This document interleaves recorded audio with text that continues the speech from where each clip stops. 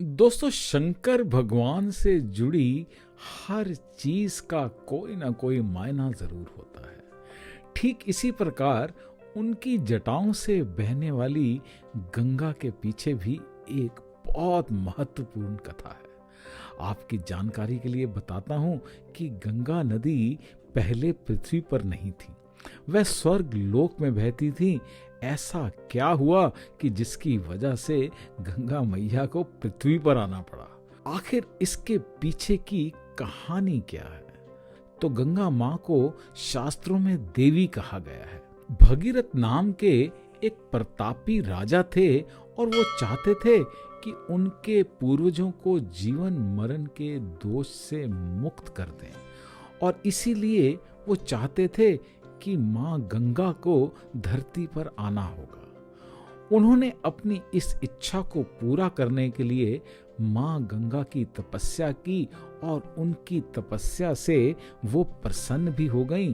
लेकिन उन्होंने बताया कि यदि वो स्वर्ग से पृथ्वी पर आएंगी तो पृथ्वी उनके वेग को, उनके प्रवाह को बर्दाश्त नहीं कर पाएगी।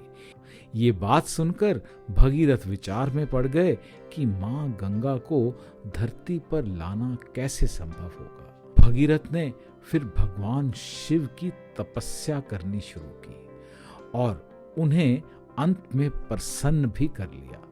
भगवान शिव ने उनसे वरदान मांगने को कहा तो भगीरथ ने भगवान से मां गंगा को पृथ्वी पर लाने की इच्छा जताई और अपने सारे मन की बात उनके सामने व्यक्त कर दी। बस फिर क्या था, सबके दुखों को दूर करने वाले भोलेनाथ शंकर भगवान भगीरथ की इच्छा को कैसे पूरी ना करते। जैसे ही मां गंगा पृथ्वी पर आने लगी, प्रभु ने उन्हें अपनी जटाओं में धर लिया और उनके वेग को कम कर दिया और उनकी जटाओं से गंगा मैया 7 धाराओं में प्रवाहित हो गई।